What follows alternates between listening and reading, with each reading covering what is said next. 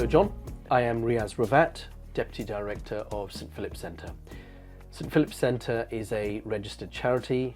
It was formed in 2006 and operates as an interfaith organisation priding itself on providing training, education and engagement. But St Philip's has a very distinctive recipe. It is an organisation with a Christian heritage. It has a Christian root, but it's that Christianity which allows the centre to work with, engage with and employ and have volunteers from a whole variety of different faith backgrounds.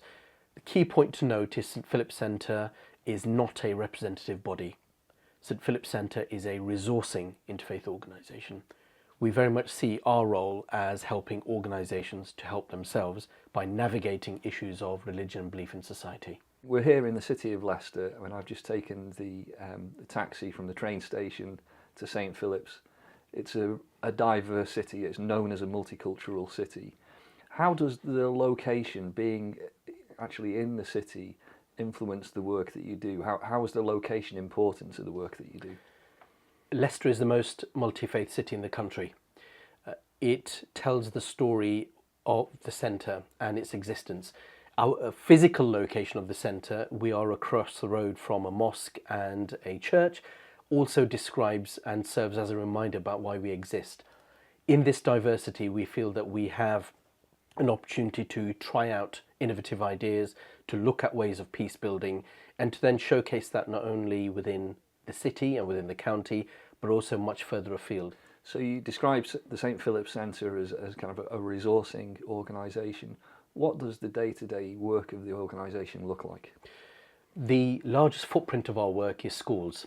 So either us receiving schools or our team going out into schools across the region and beyond. I would say 80% of the footprint of the centre will be school children, those who are 18 or under. But if I give some further examples of that, we provide training for public sector workers, the fire service, the police, local authority staff, the health service as well. So that's contributing towards our regular day-to-day activity. So how the sessions that we've got coming up will be expressing and encouraging young people, your students, to think in a more considered way. So I look at it as considered thinking. I work in the sector, so I should be very, very positive in saying everything's wonderful in the garden, isn't it? Everything, it's not. You start to struggle because everyone, goes with their own groups. Yes. And they do whatever they do. And it's kind of hard to interact with those type of people, when they're going around in big groups. We're hugely positive about it, hence the reason that we're here today, because we wanted to celebrate the rich relationship that's developed.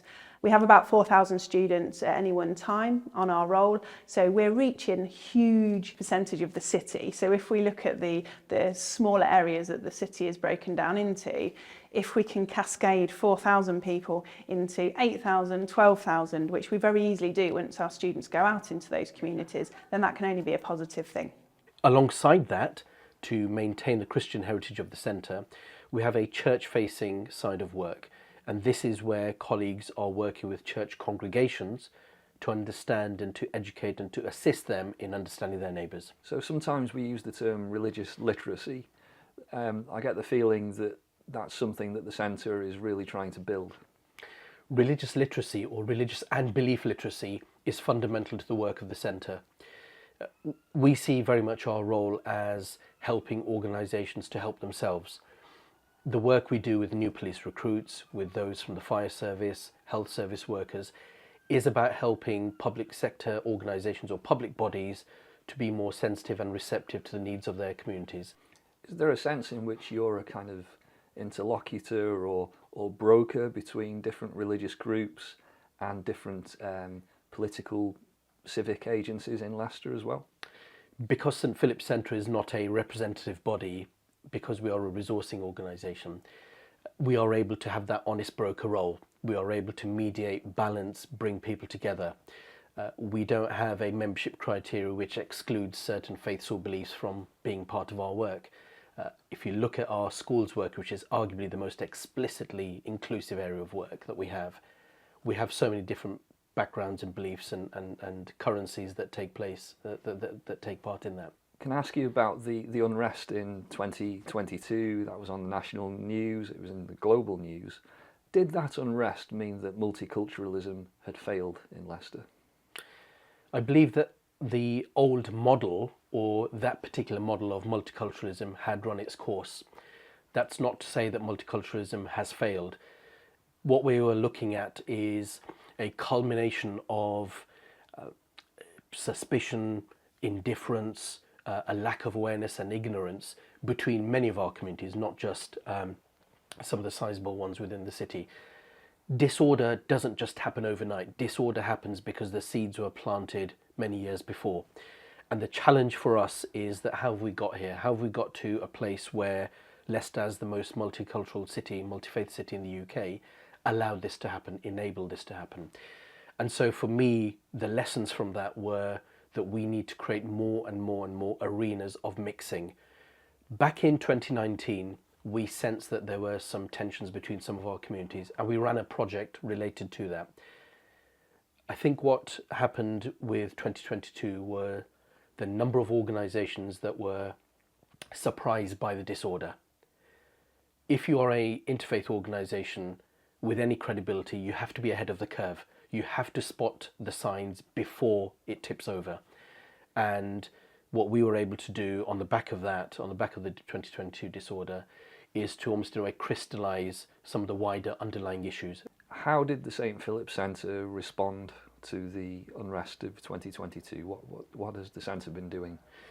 One of the most important areas of work on the back of the disorder were the number of focus groups we ran for those who were 16 to 19 years of age. We were approached by a number of sixth form and further education colleges to go in and to hear the views and opinions of young people. The 16 to 19 age is fundamental. They're not in school and they're not at university. And quite often our colleagues in the sixth form or further education sector were telling us that they were being ignored. The young people's voices, or the 16 to 19 voice, was not being heard.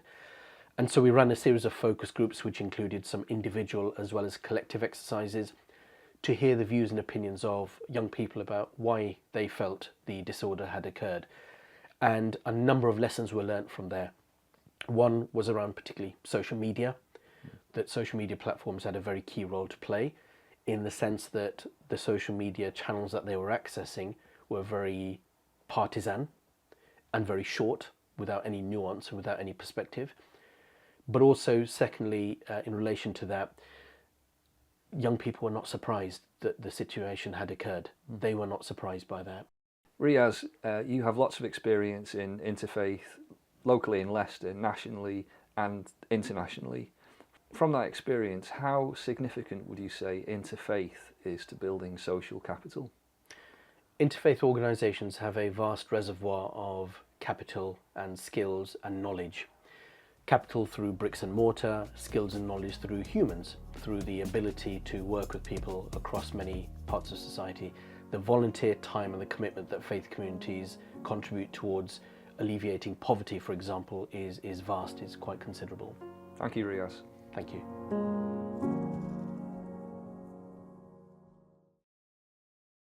If you enjoyed this clip, feel free to follow the links on screen for more interesting articles and free courses from the Open University.